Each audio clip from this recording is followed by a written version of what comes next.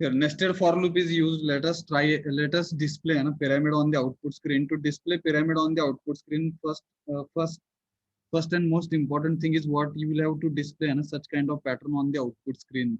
Already we have seen how to display such kind of pattern on the output screen. Here, if you will observe carefully this pattern, so in first row we need 1 star, in second row we need 2 stars, and in this way, row wise we are increasing number of stars. So columns are totally depend on the number of rows. Therefore, we can write I is equal to 1, I is less than or equal to 5. Why 5? Because we have 5 rows. So I plus plus.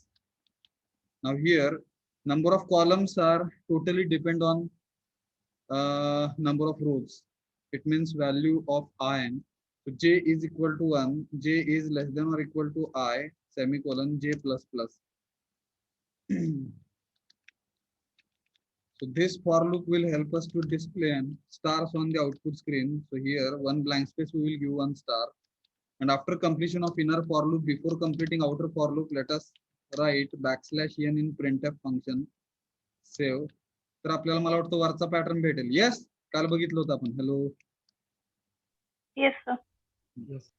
Now only what we'll have to do in this pattern, if this pattern carefully, if you will observe,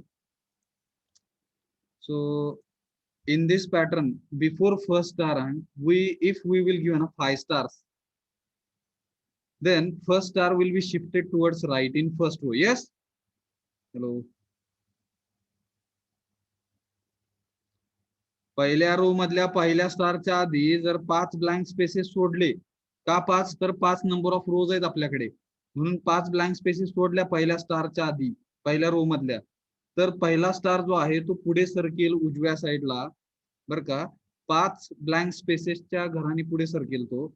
नंतर खालचे जो दुसऱ्या row मधले जे 2 stars आहेत, त्या 2 स्टारच्या आधी blank spaces पहिल्या रो मध्ये आपण 5 सोडले होते, नंतर आपण दुसऱ्या रो साठी ब्लँक स्पेसेस आपण 4 सोडणार आहोत. येतं का लक्षात? हॅलो.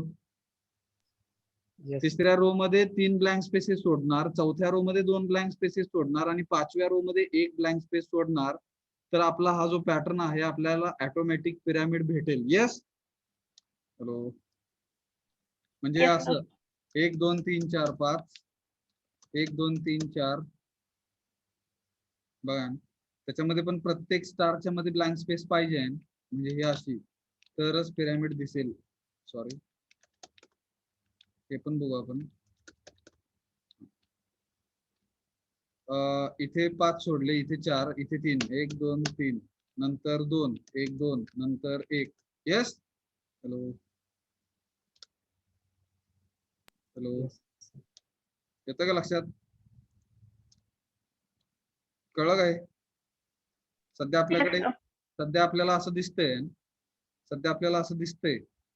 आपल्याला फक्त आता पहिल्या ब्लँक स्पेसच्या आधी मग त्याच्यासाठी काय केलं बघा ना, एक एक्स्ट्रा आहे ना व्हेरिएबल घेतलं के नावाचं, आणि के नावाची फॉर लूप इथे आतमध्ये टाकली आहे ना, इथे ब्लँक स्पेस सोडण्यासाठीची फॉर लूप ही टू पुट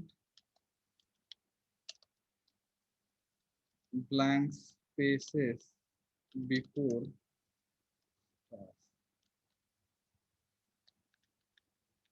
कसं लिहिलं बघा ना, के इज इक्वल टू, विचार करा आता, सुरुवातीला आपला आय जो आहे तो 1 असणार आहे, बरोबर, पहिल्या इटरेशनला. हॅलो. Yes sir. मग इथे आपल्याला 5 पासून 1 पर्यंत यायला लागेल, का तर 5 ब्लँक स्पेसेस सोडायचे आपल्याला. आपले 1 पासून 5 पर्यंत अशा रो आहेत आपल्या. मग इथं उलट केलं मी, 5 पासून 1 पर्यंत, 5 पासून 1 पर्यंत. मग दुसऱ्या इटरेशनला ज्यावेळेस आय ची व्हॅल्यू 2 होणार, त्यावेळेस 5 पासून तो 2 पर्यंत म्हणजे 4 वेळा, बरोबर का. 5 पासून 1 पर्यंत म्हणजे 5 वेळा. हॅलो. 5 4 3 2 1 मोजा आहे. 5 पासून 4 पर्यंत, सॉरी 5 पासून 2 पर्यंत म्हणजे मला वाटतं 4 वेळा. 5 4 3 2, 4 वेळा, बरोबर. 5 पासून 2 पर्यंत 4 वेळा. येस. येस. हा, मग इथं कसं लिहिलं बघा ना, के इज इक्वल टू 5 लिहिलं, का तर 5 रो आहेत, 5 ब्लँक स्पेसेस सोडायच्या आहेत. के इज, त्यावेळेस के हा आय पेक्षा मोठा असणार आहे. K is greater than or equal to I लिहिलं आणि के ची व्हॅल्यू प्रत्येक वेळेस 5 पासून आय च्या व्हॅल्यू पर्यंत के मायनस मायनस केलं आणि इथे प्रिंट एक ब्लँक स्पेस सोडला. विचार करा काय होणार होतं. when value of I will be 1 is less than or equal to 5, logical condition will remain true. It will go to this for loop. ह्याच्यामध्ये दोन फॉर लूप आहेत. ही पहिली फॉर लूप ब्लँक स्पेस सोडण्यासाठी, ही दुसरी फॉर लूप स्टार डिस्प्ले करण्यासाठी. आणि हे printf function पहिल्या रो मधून दुसऱ्या रो मध्ये किंवा नेक्स्ट रो मध्ये जाण्यासाठी. मग पहिल्यांदा i इज इक्वल टू 1 असणार. 1 is less than or equal to 5, logical condition true होणार. खाली येणार तो फॉर लूप मध्ये k is equal to 5, k 5 is greater than or equal to i ची value 1. 5 is greater than or equal to i ची value 1, म्हणजे 5 पासून 1 होतोपर्यंत k ची व्हॅल्यू प्रत्येक वेळेस एक एक नी कमी होणार. त्याच्यामुळे तो किती ब्लँक स्पेसेस सोडेल विचार करा. 5 पासून 1 पर्यंत म्हणजे 5 ब्लँक स्पेसेस. 5. Yes, sir. इथून तो इथे जाणार. Value of j is equal to 1, i ची पण व्हॅल्यू 1 आहे. 1 is less than or equal to 1, logical condition true होणार. एक स्टार दाखवणार तो, इथून इथे जाणार. j ची व्हॅल्यू 1 नी वाढणार, 2 होणार. 2 is less than or equal to 1, logical condition false होणार. म्हणजे पहिल्या रो मध्ये 5 ब्लँक स्पेसेस सोडून तो एक स्टार दाखवणार आणि मग backslash n. Yes, hello. Yes, sir. इथून तो इथे जाणार आहे. i ची व्हॅल्यू 2 होणार. 2 is less than or equal to 5, logical condition true होणार. 2 म्हणजे i ची व्हॅल्यू 2, म्हणजे सेकंड रो ला गेलो आपण ह्या बॅकस्लॅश n द्वारे. सेकंड रो ला गेलो, i ची व्हॅल्यू 2 झाली. इथे आला तो आता. k ची व्हॅल्यू 5च आहे. 5 is greater than or equal to i ची व्हॅल्यू मात्र आता 2 आहे. 5 पासून 2 पर्यंत म्हणजे किती ब्लँक स्पेसेस सोडणार तो आता दुसऱ्या रो मध्ये? 4. 4 ब्लँक स्पेसेस सोडणार. नंतर तो इथून इथे येणार. j is equal to 1, 1 is less than or equal to i ची व्हॅल्यू 2. मग 1 पासून 2 पर्यंत 2 वेळा ही फॉर लूप एक्झिक्यूट होऊन 2 स्टार डिस्प्ले करणार. नंतर बॅकस्लॅश n मुळे तो तिसऱ्या रो मध्ये जाणार. i ची व्हॅल्यू 1 नी वाढणार. Value of i will become 3. 3 is less than or equal to 5, logical condition outer for loop ची परत एकदा ट्रू होते. आपण तिसऱ्या रो मध्ये गेलेलो आहे. इथे येणार तो वापस. k इज इक्वल टू 5, परत एकदा k ची व्हॅल्यू 5 घेतली जाणार. 5 is greater than or equal to 3n, i ची व्हॅल्यू 3 आता. 5 पासून 3 पर्यंत मोजा आहे ना. 5, 4, 3 म्हणजे 3 ब्लँक स्पेसेस सोडणार तिसऱ्या रो मध्ये. Yes, Yes, sir. बघा अशा पद्धतीने तुम्ही ते एक्झिक्यूट करून बघा and we will get an pyramid. समजलं का? हॅलो. Yes, sir. आता हा पिरामिडचा झाला. ह्याला सेव्ह ॲज करू आणि जनरलाइज करू. आणि 2.c इथे म्हणूया generalise program for number of rows.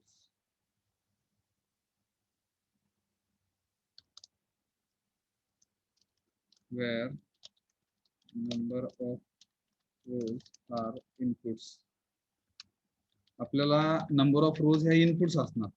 कसं लिहिणार मग? आता इकडे 5 रो साठी जिथे जिथे 5 लिहिलं गेलेलं आहे तिथे काय करायचं? r घ्यायचं आहे ना, नंबर ऑफ रोज, r नावाचं variable. So here I will write r. इथे पण मी r लिहिणार. विचार करा. आणि आपण इथे पण r वापरतोय म्हणल्यानंतर इंटिजर मध्ये r हा डिक्लेअर करायला पाहिजे. printf इनपुट असणार number of rows /n, please enter number of rows. How will enter number of rows through keyboard? scanf %d, %r. Yes, hello. Generalized झाला हा. नंबर ऑफ रोज आपल्याला विचारणार तो. समजा 10 टाकलं तर 10 रो साठीचा पिरामिड दिसणार. Yes, Yes, sir. जर समजा कोणी 15 टाकलं तर 15 रोचा पिरामिड दिसणार. मगाशीचा जो होता तो 5 रो साठीचा होता. हा जनरलाइज्ड झाला. Where machine asks to the client और customer please enter number of rows and whatever number you will be entering for these many rows, okay, it will be displaying pyramid on the output screen. काय अडचण? Hello. Yes, समजलं का? समजा उलटा pyramid करायचा आहे, कसं करणार हो? आता आपण जनरलाइज्ड ओपन करू 1.c चा.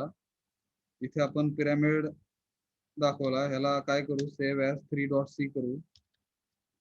विचार करा, हे काढून टाकू. आपल्याला 3 फॉर लूप लागणार, कशा लागतील काय लागतील ह्याचा विचार करू आपण. सगळ्यात पहिल्यांदा आपल्याला असा पॅटर्न डिस्प्ले करायला लागेल. बघा ना, 1 2 3 4 5, 1 2 3 4, 1 2 3, 1 2 1. Yes, hello hello. सगळ्यात पहिल्यांदा हा पॅटर्न दाखवायला लागेल. कसं दाखवणार, फॉर लूप 5 रो साठी फॉर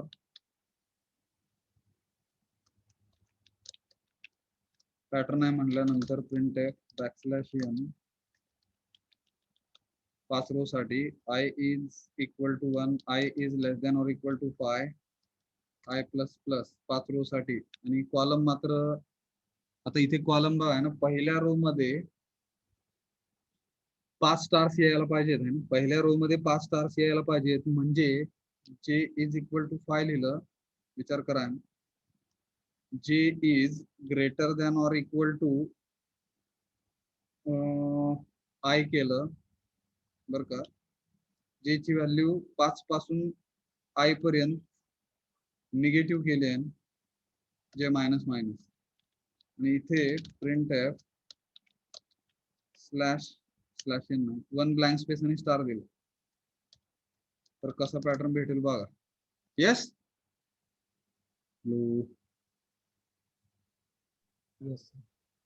समजलं का, काय अडचण. आता काय करायचं आहे आपल्याला, हा पॅटर्न भेटला, पिरामिड आणण्यासाठी काय करायला लागेल,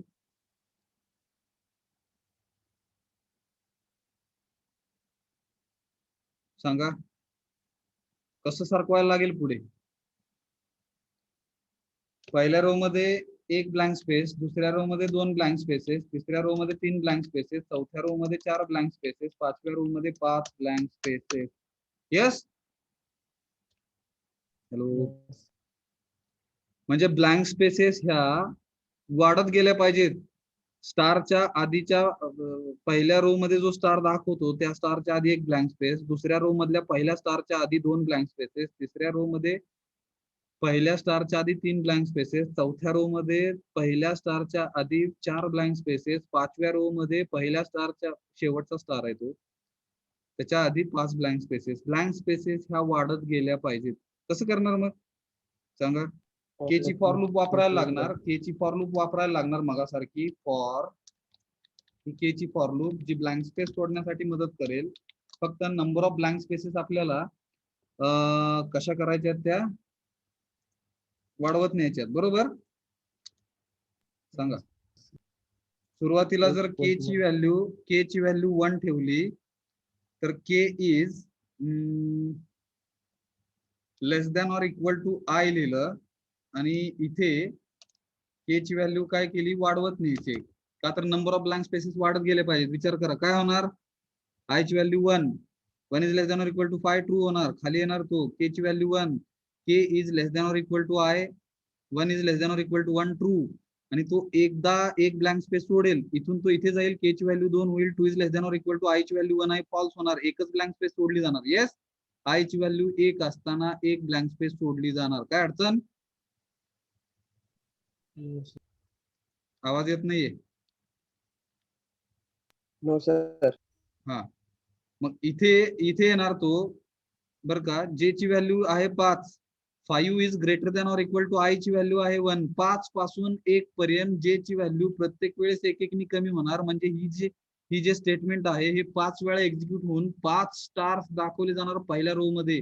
आणि नंतर हे लॉजिकल कंडिशन फॉल्स झाल्यानंतर \n मुळे नवीन लाईनला आपला कर्सर आणला जाणार. इथून तो आय प्लस प्लस कडे जाणार, आय ची व्हॅल्यू 2 होणार, 2 is less than or equal to 5, logical condition true होणार सेकंड टाइम आउटर फॉर लूपची. इथून तो इथे येणार, के ची value 1, K is less than or equal to I आता 2 आहे. 1 is less than or equal to 2 म्हणजे 1 पासून 2 पर्यंत आता हे फॉर लूप एक्झिक्यूट होणार आणि एक ब्लँक स्पेस आहे ऍक्च्युली, त्याच्यामुळे इकडे 2 ब्लँक स्पेसेस सोडले जाणार. दुसऱ्या रो मध्ये 2 ब्लँक स्पेसेस सोडले जाणार. येस. हॅलो. तो इथून इथे जाणार जे ची value 5 is greater than or equal to I ची व्हॅल्यू 2 आहे ना. 5 पासून 2 पर्यंत, 5 पासून 2 पर्यंत म्हणजे 4 वेळा आहे बघा ना, 4 वेळा आणि 4 स्टार दाखवले जाणार दुसऱ्या रो मध्ये आणि मग परत बॅकस्लॅश इन मुळे तो तिसऱ्या रो मध्ये जाणार. आय ची व्हॅल्यू 3 होणार. 3 is less than or equal to 5 logical condition true होणार, खाली येणार तो.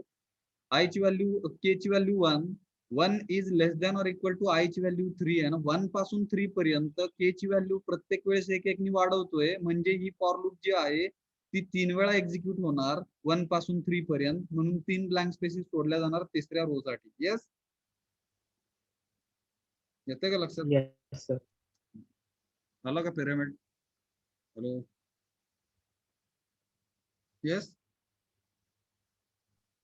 उलटा झाला तो, उलटा pyramid. Yes. Hello. Hello. Yes sir. बघा F2 ह्याला सेव्ह ॲज करून 4.c ह्याला जर मला जनरलाइज्ड करायचं असेल, how we can write generalized program where number of rows are inputs. सांगा कसं लिहिणार?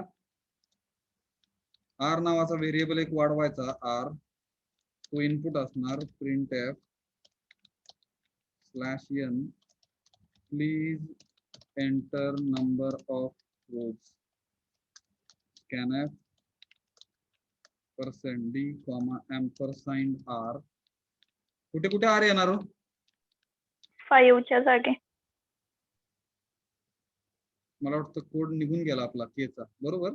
सेव्ह नाही का केलं बघा. Yes sir. फॉर केचा काय लिहिलं बघा, आठवतं का?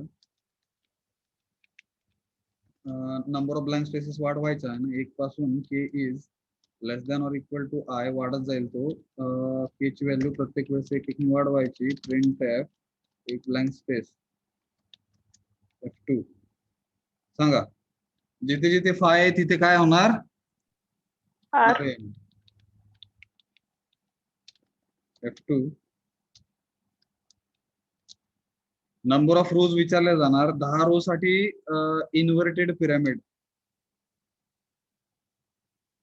ओके, समजलं का? Hello. Yes sir. Yes sir.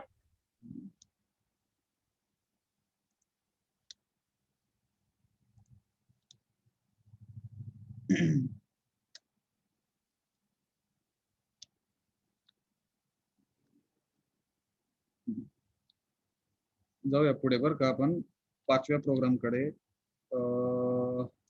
New F2 5.c F5 a C program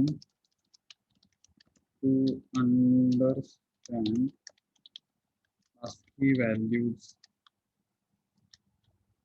ASCII चा मीनिंग लिहितो इकडे. American code for American standard code. बघा ना, पहिलं जे आलं ते अमेरिकन साठी S for standard, C for code, हे फॉर साठी काही नाहीये. फॉर आय फॉर इन्फॉर्मेशन आणि शेवटचं जे आहे ते इंटरचेंज. म्हणजे काय असतं, एक व्हॅल्यूज असतात बरं का, ASCII व्हॅल्यूज असतात त्या 0 पासून 255 असतात. म्हणजे टोटल किती असतील? Hello. 256. Very good. ASCII values are 0 to 255. आणि जर तुम्ही 255 पेक्षा पुढे जर समजा 300 पर्यंत जर चेक केलं तर परत रिपीट होतात त्या, बरं का, त्याचे सिम्बॉल्स रिपीट होतात. Let us try to understand what is mean by ASCII value. ASCII values are integer values, बरं का, for each ASCII value there is character associated. प्रत्येक ASCII व्हॅल्यू साठी एक कॅरेक्टर असोसिएट असतो बर का. आता हे कसं आणि काय आपण थोडस एक प्रोग्राम छोटासा लिहून समजून घेऊ. hash include stdio.h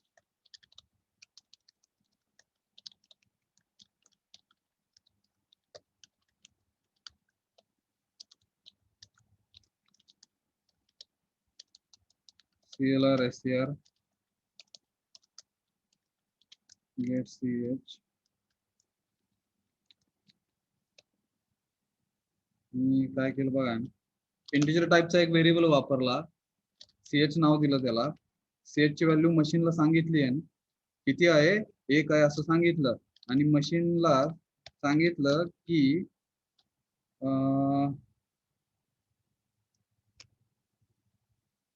जर इथं % लिहिलं आणि जर ch लिहिलं तर काय दाखवेल होतो, ch ची व्हॅल्यू हॅलो 1 दाखवेल. Hello Yes. Yes one ch ची व्हॅल्यू 1 दाखवेल.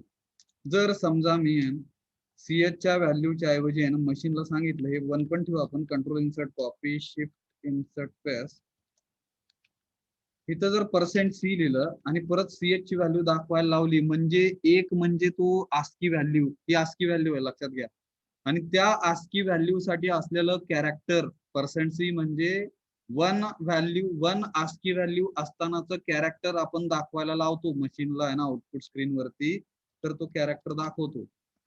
दिसलं का? स्माइली आहे ती. आपल्या मोबाईल मध्ये आपण SMS वगैरे बघा ना, चॅटिंग वगैरे करताना स्माइली असतात तिथे. Yes hello Yes, sir. वरचे 2 डोळे आहेत आणि खालचे लिप्स आहेत ते, आणि असं गोल म्हणजे ते काय मुंडकं आहे का डोकं आहे बघा, दॅट इज ऍक्च्युली स्माइली आहे. म्हणजे 1 साठी ही स्माइली आहे लक्षात घ्या ना, 1 ASCII व्हॅल्यू असेल तर ही स्माइली येते. तसंच जर मी इथे थोडंसं कॉपी केलं, कंट्रोल इन्सर्ट कॉपी समजण्यासाठी, शिफ्ट इन्सर्ट पेस्ट केलं F2, इथे जर 2 लिहिलं मी, तर तो ch च्या व्हॅल्यू 2 असताना म्हणजे ASCII व्हॅल्यू 2 असतानाच कॅरेक्टर काय असतं ते दाखवणार स्क्रीनवर. Hello hello Yes, sir. हेच जर थोडस व्यवस्थित एकाच लाईन मध्ये जर लिहायचं झालं, त्याला आपण सेव्ह ॲज करू 6.c, आणि हे जे सेपरेट प्रिंटफ फंक्शन वापरलं ह्याच्याऐवजी काय केलं बघा, इज इक्वल टू %c आणि ch ची व्हॅल्यू ASCII आणि त्याची कॅरेक्टर एकाच लाईन मध्ये दाखवले तर असं काहीतरी दिसेल. इज इक्वल टू %c म्हणजे पहिल्यांदा तो ASCII व्हॅल्यू दाखवेल, नंतर त्या ASCII व्हॅल्यू साठी असलेलं कॅरेक्टर स्क्रीनवर दाखवलं जाईल. ch ची व्हॅल्यू 1 आणि 2 असताना, इंटिजर व्हॅल्यू असताना असं काहीतरी आउटपुट दिसेल. येस हॅलो म्हणजे Yes, sir. 1 ASCII व्हॅल्यू असताना काहीतरी कॅरेक्टर येतं, 2 ASCII व्हॅल्यू असताना काहीतरी कॅरेक्टर येतं, असं 0 पासून 255 ह्या ज्या काही ASCII व्हॅल्यूज आहेत, प्रत्येक ASCII व्हॅल्यू साठी काहीतरी कॅरेक्टर आहे तिकडे. त्याला American standard code for information interchange असं म्हणतात. त्यांच्या प्रत्येक कॅरेक्टर साठी ASCII व्हॅल्यू ह्या फिक्स्ड आहेत. आलं का लक्षात? Hello hello Yes, sir. Yes, sir. जर 3 घेतलं तर हार्ट येतं, असं आपण डायरेक्ट एक प्रोग्राम लिहिणार आहोत आता बरं का. फक्त तुम्हाला इथे दाखवू आपण काही सुरुवातीचे 1 2 3. हा 3 जर घेतलं तर मला वाटतं हार्ट शेप येतं. Hello hello yes Yes, sir. समजतंय का? 4 जर घेतलं, control insert copy shift insert paste, तर डायमंड येत आहे. F2 run. Hello okay. Yes, sir.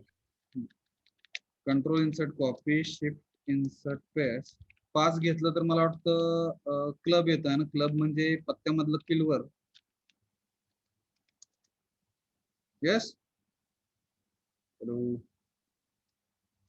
आणि 6 पाशी आपण थांबूया, बाकीचे आपण डायरेक्ट सगळे प्रिंट करू value. Control insert copy shift insert paste, 6 जर घेतलं तिकडे तर त्याला स्पेड येतं, स्पेड आहे.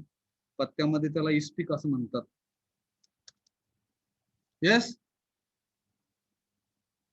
हॅलो, समजलं का? Yes. Yes, What is sir. mean by ASCII Yes, value? sir. ASCII value means American Standard Code for Information Interchange. This is the long form of ASCII value. For each and every character, ASCII values are defined.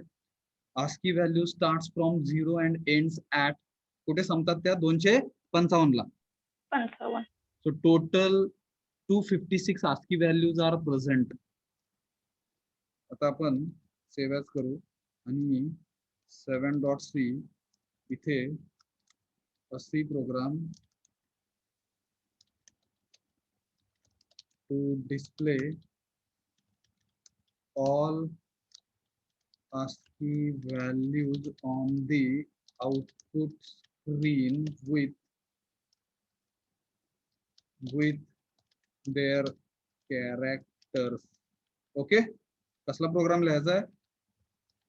A C program to display all ASCII values on the output screen with their characters. प्रत्येक ASCII value साठी कुठलं character आहे हा दाखवण्याचा programme लिहायचा आपल्याला.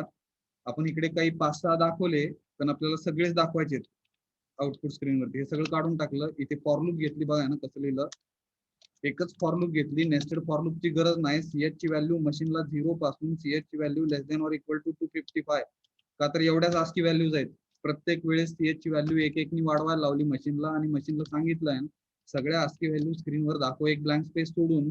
%d म्हणजे integer value म्हणजेच ASCII व्हॅल्यू आणि त्याच्या पुढे इज इक्वल टू म्हणजे त्यासाठी असलेलं कॅरेक्टर. ह्या दोन्ही गोष्टी ऍट अ टाइम दाखवायला लावल्या. CH, CH. पहिला CH म्हणजे तो इथे इंटिजर व्हॅल्यू डिस्प्ले करेल म्हणजे ASCII व्हॅल्यू दाखवेल आणि त्याच्यानंतर त्याच CH साठी असलेलं कॅरेक्टर काय असतं ते पण स्क्रीनवर दाखवलं जाईल 0 पासून 255 पर्यंत. म्हणजे total 256 ASCII values machine will display on the output screen. काय अडचण? Hello, No. इथे काही व्हॅल्यूजला कॅरेक्टर दिसणार नाहीयेत, काही ASCII व्हॅल्यूज गायब असतील. ह्या का गायब आहेत हे कधी तुम्हाला समजलं पुढे second year, third year, final इयरला तर मला नक्की सांगा. आतापर्यंत मला कुणीच सांगितलेलं नाहीये ते. ठीक आहे, काय बघा मी रन करतो.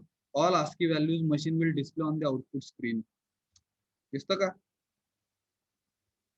Hello, yes. Hello, Yes, sir.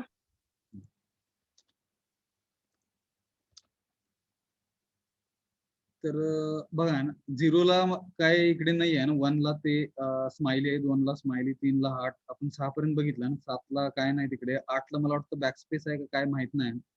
Is equal to उडून गेले 8च्या नंतरचं. 9 नंतर मे बी टॅब असावा, 10 नंतर मे बी एंटर असावा, 11, 12, 13 गायब आहेत. 14ला म्युझिकल कसला तरी सिम्बॉल आहे, तो म्युझिकचा सिम्बॉल कसला आहे बघा ना. 14 ASCII व्हॅल्यू साठी म्युझिकल सिम्बॉल काहीतरी आहे. 15 ASCII व्हॅल्यू साठी स्टार सारखंच काहीतरी आहे, माहित नाही. 16 साठी मे बी राईट साईडचा एरो आहे, 17 साठी डाव्या साईडचा एरो आहे. आता हे जे एरोज आहेत हे एरोज लक्षात ठेवा. मी हे एरोज तुम्हाला कुठेतरी दाखवणार आहे आता.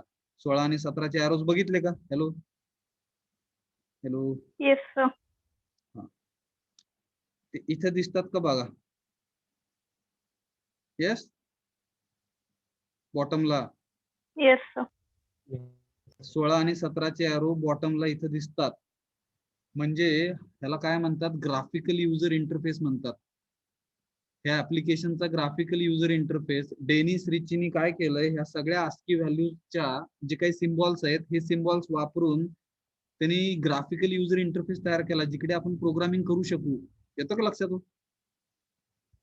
आता हा जो 3च्या पुढे हा एरो दिसतोय ना चौकटी कंसामध्ये हिरव्या रंगाचा, वरती आणि खालती असं काहीतरी जोडलेला एरो येतो. Yes, hello, Yes. Yes, sir. तो पण कुठेतरी दिसेल इथे.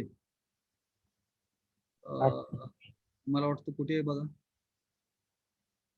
18. हा, 18ला आहे बघा. 18ला जो हा एरो आहे तो एरो तुम्हाला इथे दिसेल इथे. Yes, hello, Yes. म्हणजे डेनिस रिचीनी काय केलं बघा, हा जो ग्राफिकल युजर इंटरफेस वापरला, जो आपल्याला कळतो, आपण इकडे प्रोग्रामिंग करतो, हा ग्राफिकल युजर इंटरफेस तयार करण्यासाठी त्यांनी ASCII व्हॅल्यूज वापरलेले आहेत.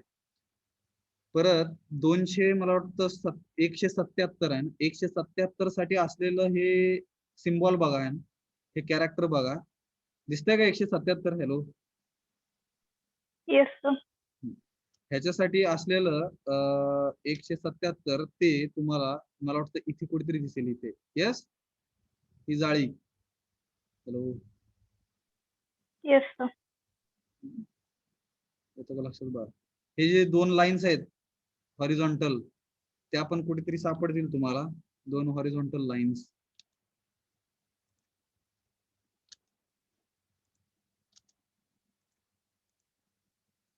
काय बघा, काय गेलं, 2 हॉरिझॉन्टल लाईन्स कुठे आहे तो?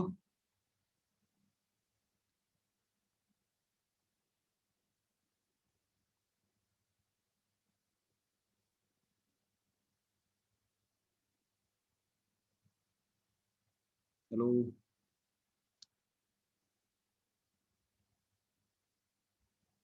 186. 186 कुठे बघा, कोणाला दिसतं का 186? यस, ह्या व्हर्टिकल्स आहेत, बरोबर. Very good, 186. तसं तुम्हाला हॉरिझॉन्टल पण लाईन्स दिसतील 2, आहेत का कुठे? त्या व्हर्टिकल झाल्या. मला वाटतं 205 ला दिसतं का बघा ना, छोट्याशा 2 लाईन्स आहेत. Hello, yes, 205. Hello, Yes, sir. 205 च्या लाईन्स ह्या इथे आहेत, इथे दिसतात का? हॅलो, इथे हॉरिझॉन्टल. आणि मगाशी 186 कोणीतरी सांगितलं, त्या व्हर्टिकल लाईन्स ह्या आहेत, दिसतात का?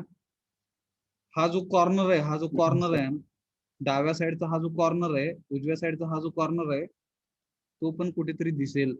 मला वाटतं 187 ला उजव्या साईडचा टॉपचा कॉर्नर येतो. Yes, hello, 187. Yes, sir. आणि 201 ला डाव्या साईडचा तो कॉर्नर आहे टॉपचा. येस, हॅलो, येतं का लक्षात? Yes, sir.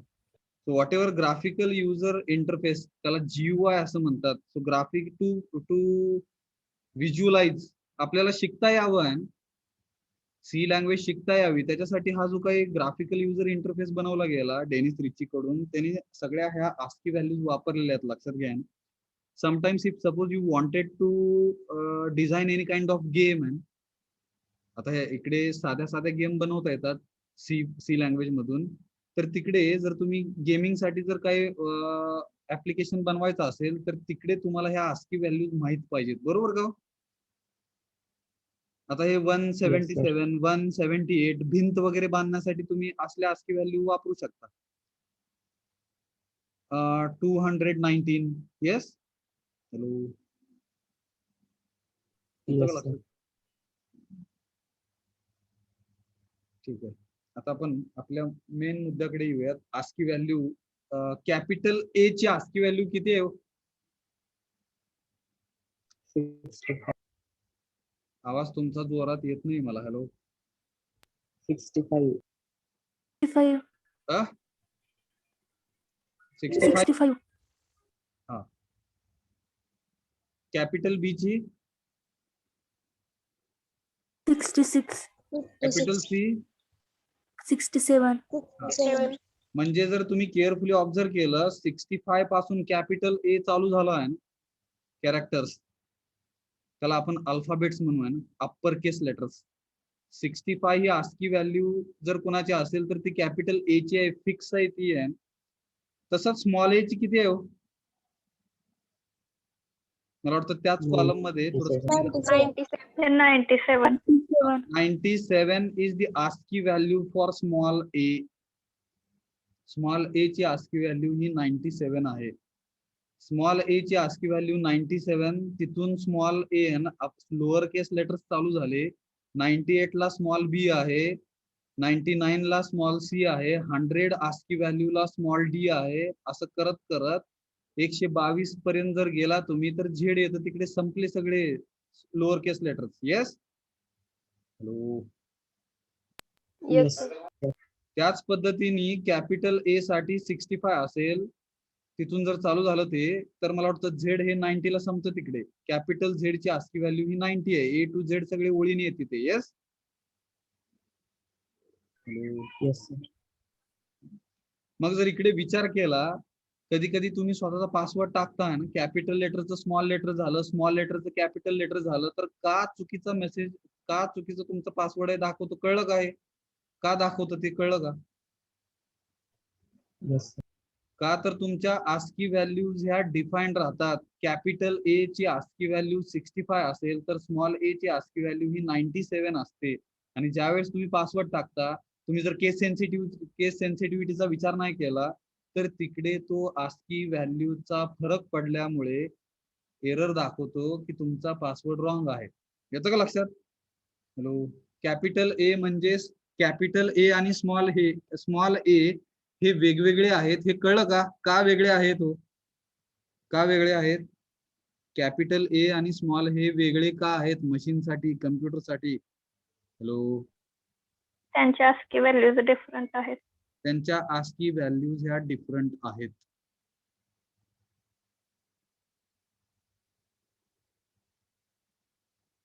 Zero to 9 digits पण कुठेतरी सापडतील. 48. 48. झिरोची आस्की व्हॅल्यू 48. बघा ना, ओळीने येते परत. झिरोची आस्की व्हॅल्यू 48, 49 ला 1 आहे, 50 ला 2 आहे, 51 ला 3 आहे. असं करत करत 57 पर्यंत आलो तर 9 आहे तिकडे. म्हणजे 0 to 9 जर डिजिट्स असतील तर 48 पासून चालू होऊन 57 पर्यंत ह्या आस्की व्हॅल्यू सगळ्या डिजिट्सच्या आहेत. बरोबर? हॅलो. कुणीतरी लिहून ठेवा तिकडे, कुणीतरी लिहा. आपण एक छोटासा प्रोग्राम लिहिणार आहोत आता मजेशीर, जिकडे आपण मशीनला कॅरेक्टर सेट मधले कॅरेक्टर्स टाकणार आपण तिकडे, आणि मशीन आपल्याला सांगणार ते अल्फाबेट्स आहेत, त्यात मग अप्पर केस आहे का लोअर केस आहे का डिजिट्स आहेत का स्पेशल सिम्बॉल आहेत. अलग लक्षात? हॅलो. मग त्याच्यासाठी आपल्याला Yes, आस्की व्हॅल्यू माहित पाहिजे, त्यांची रेंज थोडीशी माहित पाहिजे. तर ती काय रेंज माहित पाहिजे ते नोटबुक मध्ये लिहा. लिहा तिथे ASCII values of 0 to 9 are, मला ते नंतर मदत करा मला, ठीक आहे? ASCII हे बघा आहे ना, जर एक्झाम मध्ये पण, एक्झाम कशी होणार माहित नाही अजून, ठीक आहे? जर तिकडे प्रोग्राम वगैरे विचारला, जर असं काही, तर हा प्रोग्राम तुम्हाला एक्झिक्यूट करता यायला पाहिजे. हा प्रोग्राम एक्झिक्यूट केल्यानंतर तुम्हाला ह्या ASCII व्हॅल्यूज ऑटोमॅटिकली दाखवल्या जातील मशीन कडून, आणि तुम्ही ते समजून घ्या आणि त्याच्यावरून मग प्रोग्राम लिहिता येईल आपल्याला. काय लिहिलं वाक्य? ASCII values for 0 to 9. ASCII values for 0 to 9 are, सांगा, 48 to 57. 57. Similarly, next line, ASCII values of किंवा for म्हणा capital A to capital Z are 65 to 90. ASCII values for capital A to capital Z are 65 to 90. त्याच पद्धतीने कसं म्हणणार? ASCII values for, सांगा, small a to small z are ASCII values for ASCII values for small a to small z are, सांगा, 97 to 122. 97 to 122. लिहिलं का? Hello. Yes, sir. मी आता पुढचा प्रोग्राम लिहितोय, तिकडे आपण थोडासा वेगळा प्रोग्राम लिहितोय. 8.c.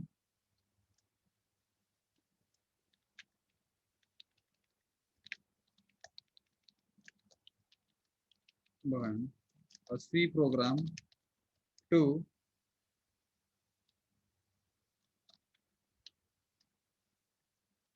determine entered character is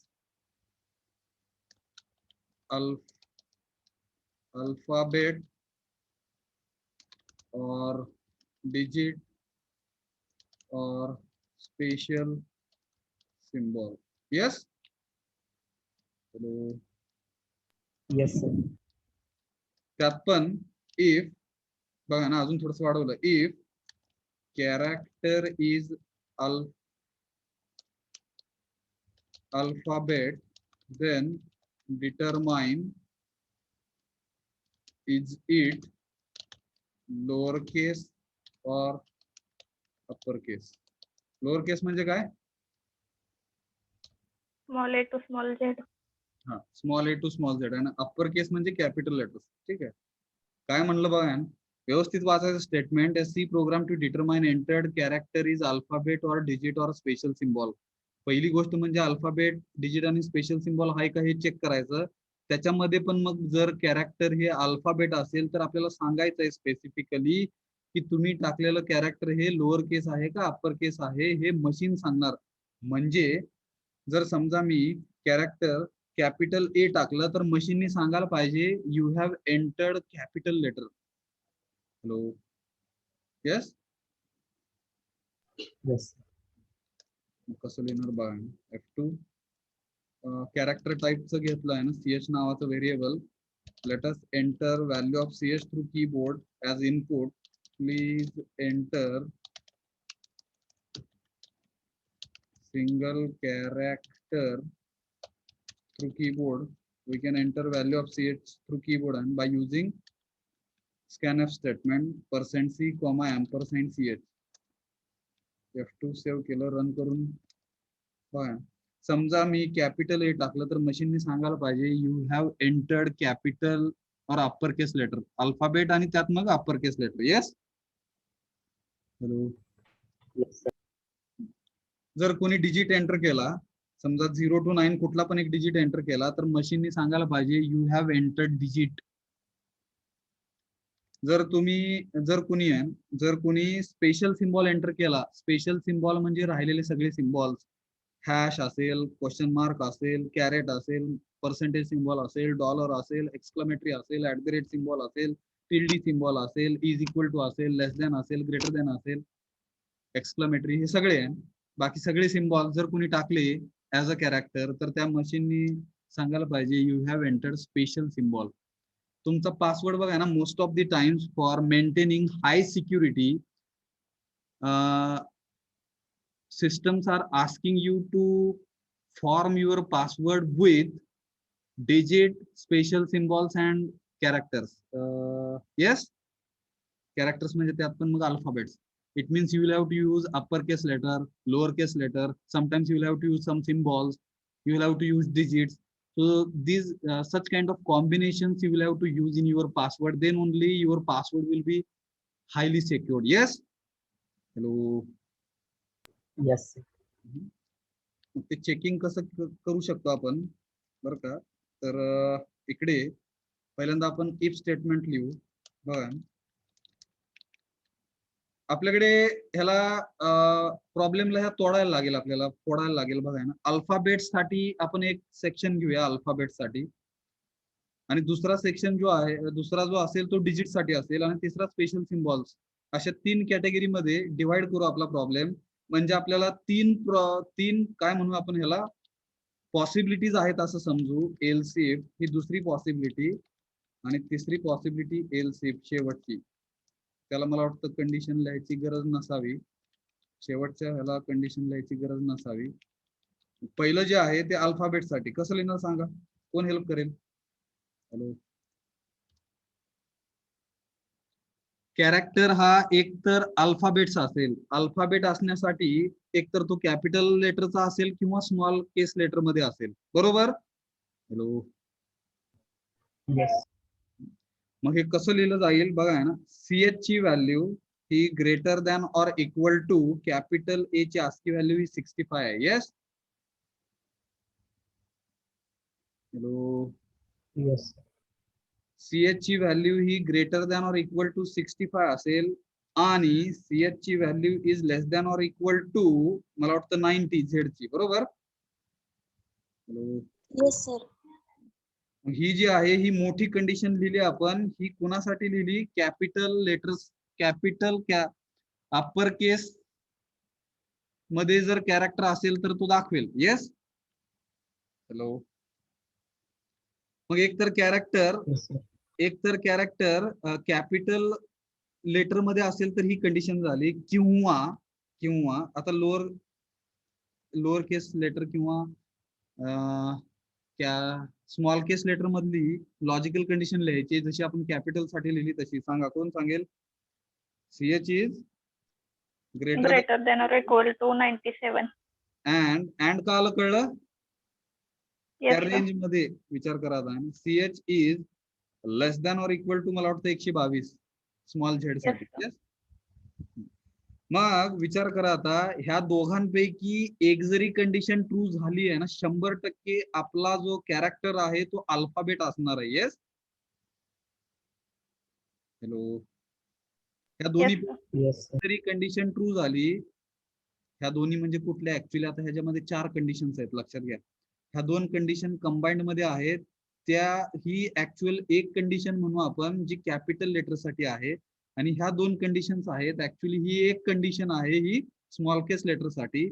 अशा मोठ्या 2 कंडिशन जर कन्सिडर केल्या तर 100% ह्या 2 पैकी बरं का, ही किंवा ही ह्या 2 पैकी एक जरी कंडिशन ट्रू झाली तर 100% आपला कॅरेक्टर जो कीबोर्ड थ्रू एंटर केलेला आहे तो अल्फाबेट असणार आहे. Yes. Hello. Hello. Yes. Yes, sir. मग इथे आपण म्हणू शकू you have entered alphabet. You have entered alphabet. मग त्याच्यामध्ये कॅपिटल टाकलंय का स्मॉल टाकलंय हे स्पेसिफिक सांगण्यासाठी ह्या इफच्या आतमध्ये नेस्टेड इफ वापरतोय आपण. इफ हे पहिलं इफ जे असेल ते कॅपिटल लेटर साठी आणि दुसरं एल्स. आता इकडे दुसरं एल्स इफ लिहायची गरज नाही कारण की 2च पॉसिबिलिटी आहेत ह्याच्यामध्ये, म्हणून नुसतं एल्स लिहिलं बघा. मग इथे जर मला printf /n character is upper case letter असं दाखवायचं आहे ना. Character is upper case letter आणि ते कॅरेक्टर जे आहे ते ब्रॅकेट मध्ये जर दाखवायचं झालं तर ब्रॅकेट मध्ये %c येणार आणि इथे ते व्हेरिएबल CH. असाच message control insert copy shift insert paste. जर ती कंडिशन फॉल्स झाली तर 100% तो अल्फाबेट जो आहे तो लोअर केस मधला असणार. मग इथे कंडिशन कशी लिहिली जाईल? कॅपिटल किंवा अप्पर केस लेटरची कंडिशन कॉपी केली आणि ती ह्या इफच्या आतमध्ये पेस्ट केली. आलं का लक्षात? हॅलो. आणि ही कंडिशन फॉल झाली तर 100% तो एल्स कडे जाणार आणि कॅरेक्टर जे काही आहे ते लोअर केस मध्ये आहे असं दाखवणार. बघा ना. F2 रन करू आपण. एवढंच फक्त आपण एरर आला इथे एल्सिफ लिहिलं बरं का. तर ह्याला आपण थोडस कमेंट पास करू.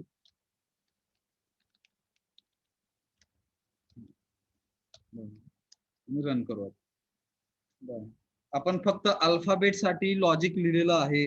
अल्फाबेट साठी जर कॅपिटल ए कुणी टाकला तर तो सांगेल तुम्ही अल्फाबेट एंटर केलेला आहे आणि ते कसलं आहे? कॅपिटल लेटर आहे.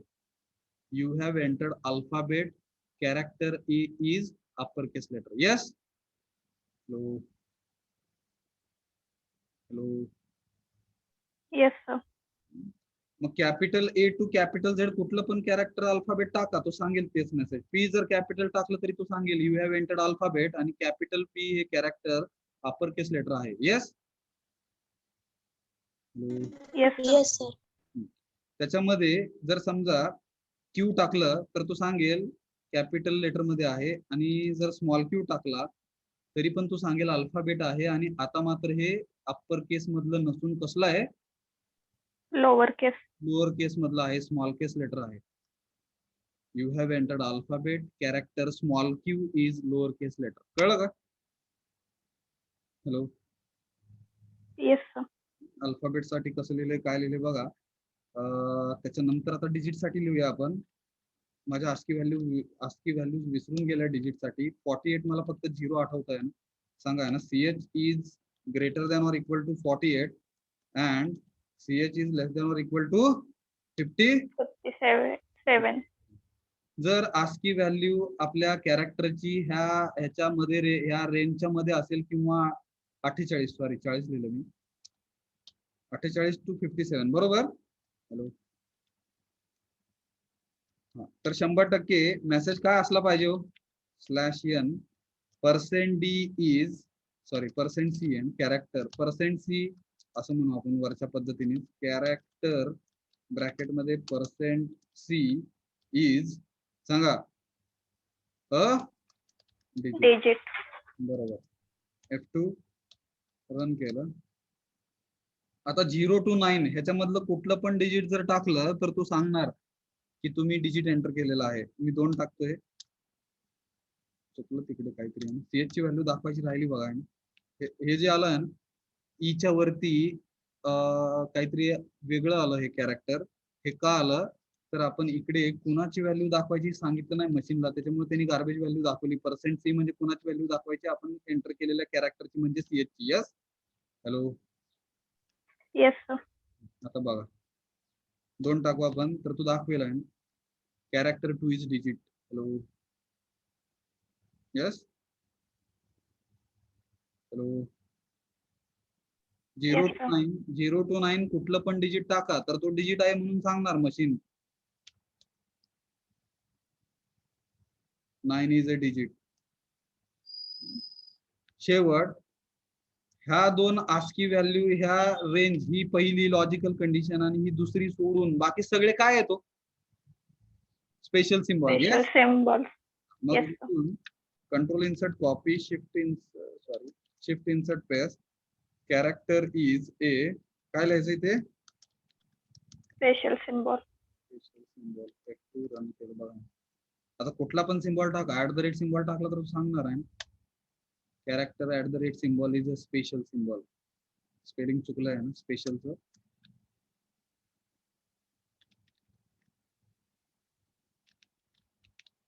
यस. समजा तुम्ही डॉलर टाकला तर तो सांगणार आहे character $$ is a special symbol. आता आपला प्रोग्राम झाला आहे. समजा कोणी स्मॉल ओ टाकलं तर तो सांगणार आहे you have entered alphabet character small O is lower case letter. Yes. Hello, कळलं का प्रोग्राम कसं झालं, काय लिहिलं, कसलं लिहिलं. Hello, Yes, sir. तर हे एक महत्वाचं होतं जे भरपूर बर का.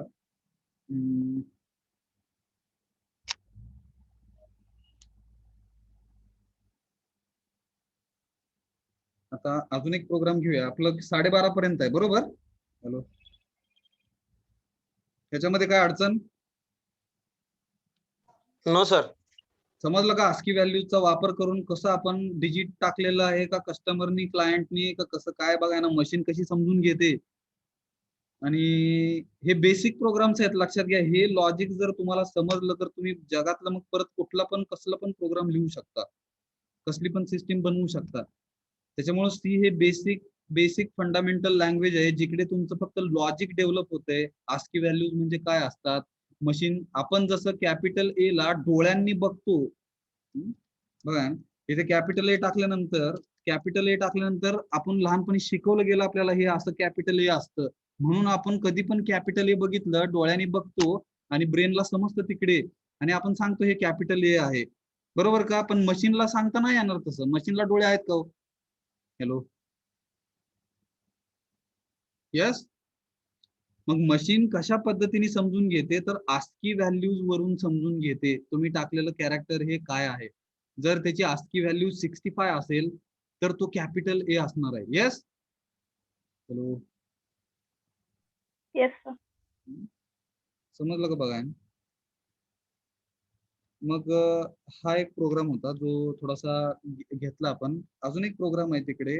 तुम्हाला ओवेल्स आणि कॉन्सोनंट म्हणजे काय माहिती आहे का इंग्लिश मधलं. Yes, sir. वोवेल्स कोणाला म्हणायचं? AEIOU. का म्हणायचं त्याला?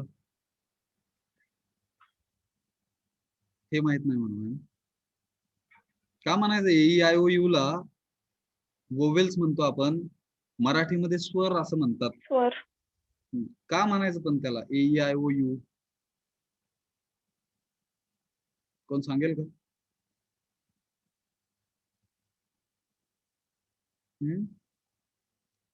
त्याला स्वरच का म्हणलं गेलं, ह्याला वोवेल्सच का म्हणलं गेलं आहे? आणि बाकीचे जे असतात त्याला आपण, मला वाटतं काय म्हणतात, कॉन्सोनंट.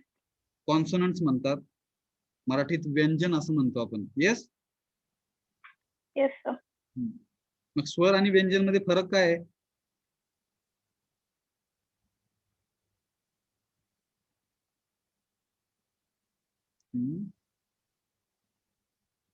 येतं का कोणाला सांगता?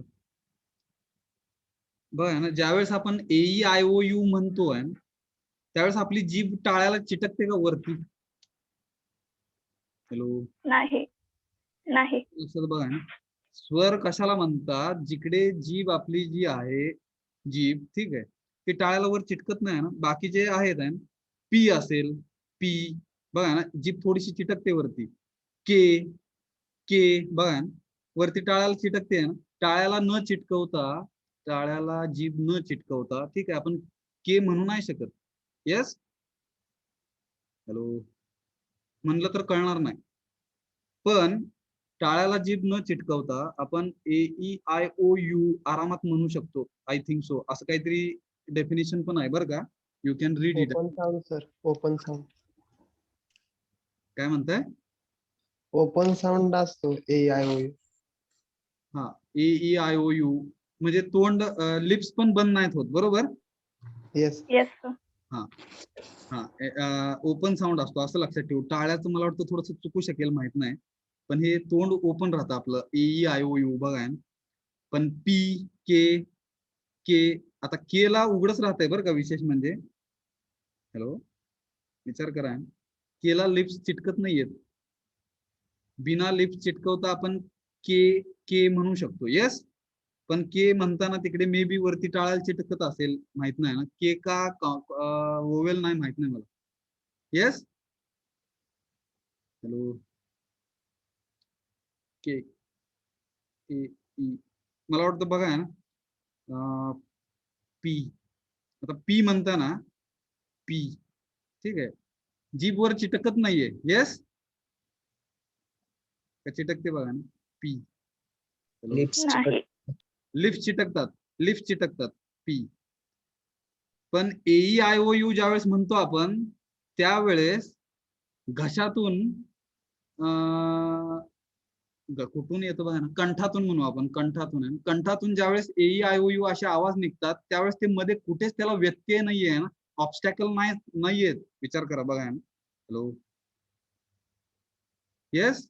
असं पण थोडस लक्षात ठेवू शकू आपण, माहित नाही कसं करायचं काय. ज्यावेळेस पी म्हणतो आपण त्यावेळेस लिप्स चिटकतात. के म्हणतो त्यावेळेस जीभ चिटकते. आणि जो कंठातून येणारा आवाज आहे तो मे बी कुठेतरी ऑब्स्टॅकल येत असावे. कसं लक्षात ठेवायचं काय? जर नाही लक्षात राहिलं तर AEIOU हे 5 काय आहेत? वोवेल्स आहेत. ह्याच्यासाठी प्रोग्राम लिहायचा आपल्याला. प्रोग्राम हा 2 प्रकारे लिहिता येईल बरं का. प्रोग्राम हा 2 प्रकारे लिहिता येईल. एक तर ASCII व्हॅल्यूज माहित पाहिजे, किंवा बिना ASCII व्हॅल्यूज, म्हणजे ASCII व्हॅल्यूज माहित नसतील तरी पण प्रोग्राम लिहिता येईल. कुठल्या पद्धतीने लिहायचं? Hello.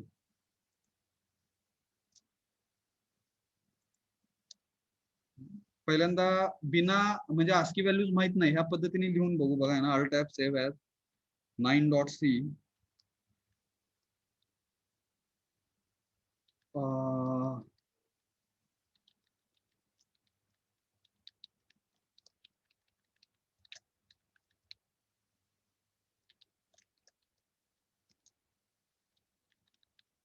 AC program to determine alphabet is, सांगा, vowel or consonant. फक्त स्पेलिंग बघा कॉन्सोनंटचं बरोबर आहे का बरं का. येस. चुकलं असेल तर सांगा please. Alphabet is input through. बरोबर आहे का? हॅलो. NA sir. शेवट NANT. Yes sir. बाकी Yes, sir. ठीक आहे सर. कॉन्सोनंट व्यंजन म्हणतो आपण. असा सी प्रोग्राम लिहायचा जिकडे आता आपण AEIOU लक्षामध्ये ठेवून किंवा अशा काहीतरी मेथडने आपण सांगू की ए म्हणजे वोवेल आहे, पण मशीनला कसं कळणार आहे? मशीनला तिकडे कंठ नाहीये, मशीन बडबडत नाहीये. मग तिकडे एकतर आस्की व्हॅल्यू वापरा किंवा कॅरेक्टर कॉन्स्टंट्स वापरा. बाय युजिंग आस्की व्हॅल्यूज और character constants we can determine entered alphabet is vowel or consonant. इकडे मेथड नंबर 1 म्हणू आपण. मेथड 1 हीच सोपी आहे बरं का. without using ASCII values. Method 1 without using ASCII value. Character हे इनपुट असणार कीबोर्ड थ्रू. कॅर CH घेऊया ना. CH नावाचं कॅरेक्टर व्हेरिएबल प्रिंट आहे. इथं मेसेज सांगायचा /n please enter single alphabet. Please enter single alphabet. Scanner alphabet म्हणजे character असतं %C $&CH. म्हणजे प्रोग्राम असा लिहायचा आपल्याला. मी रन करून दाखवतोय. समजा कोणी कॅपिटल A टाकलं तर त्यांनी सांगायला पाहिजे की you have entered vowel. Yes. Yes sir. जर कोणी B एंटर केलं तर त्यांनी सांगायला पाहिजे की you entered consonant. Yes. Hello. Yes, sir. Yes sir. कशा पद्धतीने लिहिता येतं बघा ना.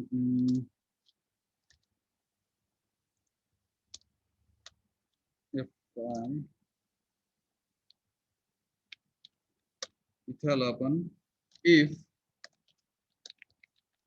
आणि एल्स दोनच पॉसिबिलिटीज आहेत. बरोबर का हो? एकतर अल्फाबेट हे वोवेल असणार किंवा कॉन्सोनंट असणार. हे दुसरं सोडून काय असेल का अल्फाबेट? हा, कॅपिटल लेटर No. असेल किंवा स्मॉल केस लेटर असेल. हे थोडंसं वेगळं. आपण कॅपिटल वापरतोय असं समजू. सांगा. बरोबर. मग इथे पहिला मेसेज जर कंडिशन ट्रू झाली, ती लॉजिकल कंडिशन लिहायची आपल्याला. /n खालच्या लाईनला %C म्हणजे ते कॅरेक्टर इज वोवेल असं दाखवायचा मेसेज. आणि हे जर कंडिशन ट्रू फॉल्स झाली तर कॉन्सोनंट म्हणून दाखवायचा. NANT. येस. हॅलो. स्पेलिंग बरोबर. Yes Yes, sir. sir. CH विसरायला नको आता. CH कॅरेक्टर दाखवायचा स्क्रीन वरती. कंडिशन कशी लिहिली बघा. CH is equal to character constant. हे शिकलो आपण capital A. Yes. Hello. Direct. Yes, sir. किंवा CH is equal to character constant AE किंवा CH. का किंवा येणार हो? एका वेळेस ते कॅरेक्टर हे AEIOU असू नाही शकत. एक तर A असेल किंवा E असेल किंवा O असेल किंवा बघा. येस. AEIOU. हॅलो. Yes. म्हणून Yes, किंवा आलेला आहे तिकडे. CH इज इक्वल टू AEI or CH is equal to AEIO or CH is equal to AEIOU. म्हणजे ह्या कॅरेक्टर कॉन्स्टंट पैकी कुठलं पण अल्फाबेट असेल तर 100% तो ओवेल असतो असं सांगायचं आहे. नसेल तर कॉन्सोनंट असतो. रन करा आता बघा. कॅपिटल E टाकला तर काय सांगणार तो? Vowel. E is vowel. ठीक आहे. जर कॅपिटल P टाकला तर कॉन्सोनंट. Is consonant. ठीक आहे. आता इथे जर कुणी स्मॉल a टाकला तर काय सांगेल? Consonant. कॉन्सोनंट म्हणून सांगेल. कारण काय? स्मॉल केस लेटरचा आपण विचार केलेला नाही. स्मॉल केस लेटरचा विचार न केल्यामुळे तो कॉन्सोनंट दाखवतो, विच इज रॉंग. मग इथे कसं करायला लागेल, ही कंडिशन कॅपिटल लेटरची आहे. कंट्रोल इन्सर्ट कॉपी, त्याला एक ब्रॅकेट टाकला बघा. एकतर कॅपिटल लेटर मध्ये असेल किंवा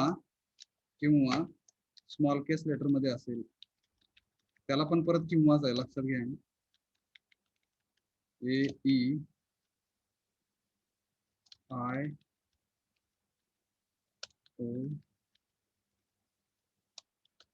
यस, भरपूर मोठी कंडिशन झाली. येतं का लक्षात? हॅलो, स्मॉल ए टाकला तरी vowel. Yes, hello.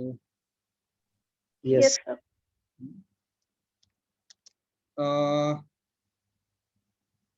Small P टाकला तर कॉन्सोनंट म्हणेल तो, पण स्मॉल यू टाकला तर वोवेल म्हणेल. यस, कॅपिटल यू टाकला तरी वोवेल म्हणेल.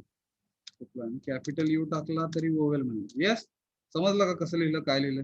हॅलो.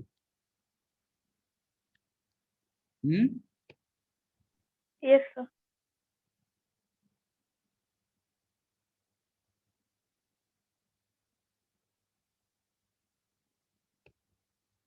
इथे अडचण कशी आहे बघा. अल्फाबेट सोडून जर कोणी काय टाकलं तर तो कॉन्सोनंट म्हणणार. स्पेशल सिम्बॉल टाकला, हॅलो, येतं का लक्षात? हॅलो. आता अँड हे स्पेशल सिम्बॉल आहे, ऍक्च्युली हे कॉन्सोनंट आहे का हो? मला तर माहित नाही. A to Z मध्येच काहीतरी कॉन्सोनंट्स असतात असं शिकवलं गेलं आहे ना लहानपणी, 5वी 6वीत. हॅलो. येस. किंवा कोणीतरी डिजिट टाकलं तर तो कॉन्सोनंट आहे म्हणून सांगणार. मग हे जे चुकीचं दाखवतो मेसेज, ह्याला काय करता येईल का आपल्याला? येस, म्हणजे ओवेल आणि कॉन्सोनंट हे कधी दाखवायला पाहिजे? अल्फाबेट असेल तरच दाखवायला पाहिजे. Yes, hello. Yes, sir. मग ह्याला बघा, बॉडी बनवलं आणि इथे लॉजिकल कंडिशन लिहायची आपल्याला. आणि ही कंडिशन हे जर फॉल्स झालं एल्स, तर इथे आपण सांगू शकू /n sorry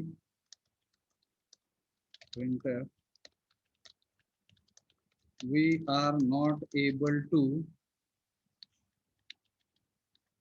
determine character is vowel or consonant. कारण काय? /n as you have not entered. सांगा. Alphabet. Alphabet. F2.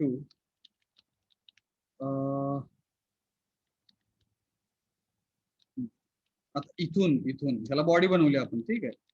ह्याची लॉजिकल कंडिशन काय असेल? इफ सांगा, डिसिजन घेतला गेला पाहिजे. सी ची value greater than or equal to, मला वाटतं 65. इथे मात्र तुम्हाला ते किंवा असं पण लिहिता येईल बरं का, आस्की व्हॅल्यूनी पण लिहिता येईल किंवा विदाउट युजिंग आस्की व्हॅल्यू असं पण लिहिलं तरी चालतं. मला वाटतं capital A and CH is less than or equal to CH is less than or equal to कसं येणार? Capital Z. आस्की व्हॅल्यू माहित नसतील तर. ही पहिली कंडिशन. आणि किंवा दुसरी कंडिशन, स्मॉल केस लेटर असेल तर ते अल्फाबेट असतं. CH is greater than or equal to small a and CH is less than or equal to small z. Yes.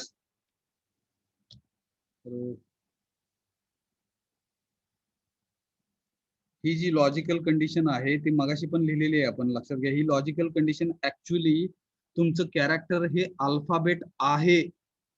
Yes, टाकलेलं कॅरेक्टर हे अल्फाबेट आहे आणि टाकलेलं कॅरेक्टर हे अल्फाबेट असेल तरच ते वोवेल किंवा कॉन्सोनंट असू शकतं. नाहीतर 100% सॉरी इकडे येणार ते. Sorry, we are not able to determine character is vowel or consonant as you have entered you have not entered alphabet. म्हणजे बघा ना, मगाशी @ सिम्बॉल दाखवला तर कॉन्सनंट दाखवत होतं ते, आता मात्र तो चुकीचा मेसेज दाखवणार नाही, तो मेसेज बरोबर दाखवेल. काय दाखवेल हो? सॉरी वाला मेसेज दाखवेल. Yes, hello, Yes, sir. येतं का लक्षात? बघा, तुम्ही अल्फाबेट एंटर केलेलं नाहीये आणि तुम्ही टाकलेलं जे आहे ते मे बी काय माहित नाही आम्हाला, capital A to capital Z, small A to small Z असेल तर आपण फोकस ठेवलेला आहे तेवढा. समजलं का? काय अडचण? हॅलो, यस,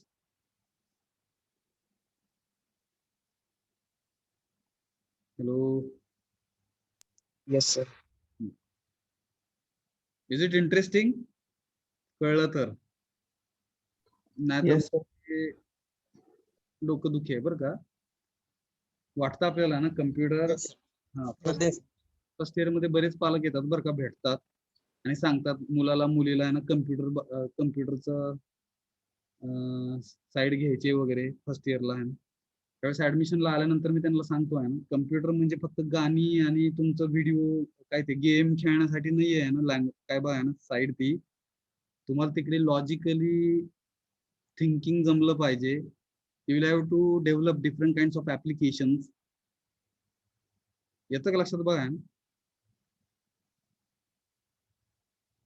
बरोबर का हो? Yes, sir. त्यामुळे त्याचा विचार करा, लॉजिकली थिंकिंग चालू करा. ज्यांची कुणाची सीएससी ब्रँच असेल बरं का, त्यांनी जोरात ह्या विषयाचा अभ्यास करा. जरी परीक्षा संपली आहे, सुट्ट्या लागल्या, 1-2 दिवस मिळाल्या किंवा 1 आठवड्यामध्ये मिळाला आहे, तर ह्याचा अभ्यास जोरात करा. ज्यांची ब्रँच सीएससी आहे त्यांच्यासाठी मी स्पेशली सांगतोय ना, ENTC ज्यांची आहे त्यांच्यासाठी पण. मेकॅनिकल सिव्हिल, तुम्हाला जर सॉफ्टवेअर कंपनीमध्ये जायचं असेल तर मग हे कंपल्सरी तुम्हाला यायलाच पाहिजे. मेकॅनिकल आणि सिव्हिल बरं का, इलेक्ट्रिकल, इलेक्ट्रॉनिक्स ह्यांना कोर ब्रँचेस, कोर कंपन्या पण येतात. कोर म्हणजे त्यांच्या फील्ड मधल्या कंपन्या पण येतात आणि त्याच्या सोबत सॉफ्टवेअर कंपन्यांमध्ये पण एंट्री हे इंजिनियर्स मारू शकतात. मेकॅनिकल, इलेक्ट्रिकल, सिव्हिल आणि कुठली राहिली? ENTC, Electronics. Electronics and telecommunication engineering, ह्या 4 ब्रांचेस साठी तुम्हाला 2 ऑप्शन्स राहतात. एक तर तुम्ही कोर म्हणजे तुमच्या त्या फील्ड मध्ये जाऊ शकता, किंवा तुम्ही सॉफ्टवेअर मध्ये पण एंट्री मारू शकता. सॉफ्टवेअर मध्ये जर एंट्री मारायची असेल तर लॉजिकली तुम्हाला थोड्याशा गोष्टी जमल्या पाहिजेत. थोडंसं प्रोग्रामिंग, थोडंसं कोडिंग, ऍटलिस्ट कुठे चूक आहे कुठे बरोबर आहे हे तर कळलं पाहिजे. येतं का लक्षात? Hello, yes, Yes, sir.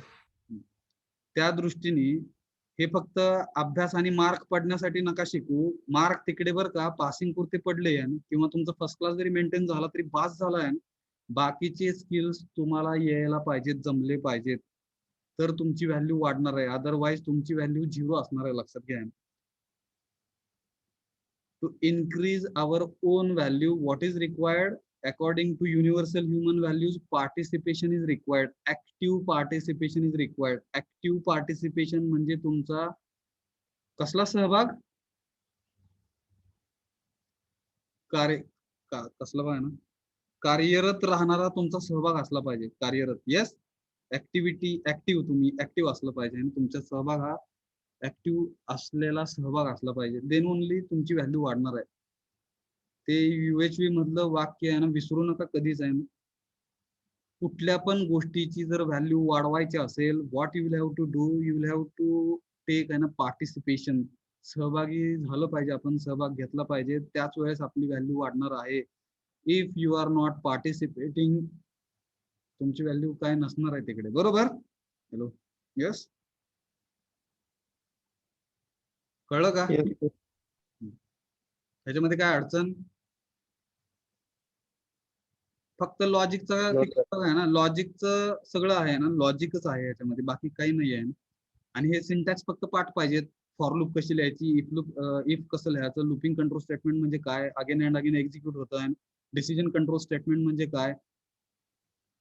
मग इफ आलं, इफ एल्स आलं, एल्स इफ लॅडर आलं, स्विच केस आलं, त्याच्यासाठी आपण वेगवेगळे एक्झाम्पल्स आणि प्रोग्राम्स घेतलेले आहेत.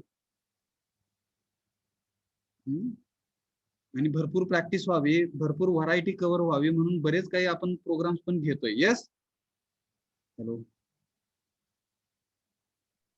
Yes, sir. जाऊया पुढे. काय अडचण असेल विचारा, otherwise we will go to next program और next concept. Hello. Nested for loop कळलं का? फॉर लूपच्या आतमध्ये for loop and first application. Actually, there are two applications for nested for loop. First application we have seen in unit number 2. इकडे unit number 2 almost संपलं. शेवटच्या अर्ध्या तासामध्ये एक दोन कॉन्सेप्ट मी सांगणार आहे. तिकडे आपला हा चॅप्टर नंबर 2 संपेल. आपली जी ISC आहे आता मला वाटतं 10 तारखेला. Yes. Hello. Hello. Yes, sir. त्या ISC साठी आपली 25 किंवा 30 मार्कांची ISC राहील. ती किती आहे एक्झॅक्टली टाइम टेबल काय ते आपल्या सिलेबस मध्ये बघून त्या पद्धतीने घेतली जाईल. एकतर 25 किंवा 30 मार्काची असेल. मला वाटतं 25 मार्काची असेल. 30 मार्काची नसते आपली ISC. तर 25 मार्काची किंवा 30 मार्काची. जर 30 मार्क असतील, आता नवीन सिलेबस काही तुमचा चेंज झाला असेल तर त्याच्यामध्ये बघून मी त्याच्याप्रमाणे घेऊ आपण. काय अडचण? MCQ टाइप मध्येच टेस्ट राहील. प्रत्येक MCQ हे 1 मार्काचं असेल आणि MCQs आपण शेअर केलेले आहेत, ते थोडेफार MCQ बघा आणि सोप्या पद्धतीची टेस्ट राहील. काय अडचण येणार नाही. मला वाटतं मागच्या मला वाटतं युनिट टेस्ट मध्ये एक क्वेश्चन चुकीचा होता. त्याच्यामध्ये लूप कुठला होता तो?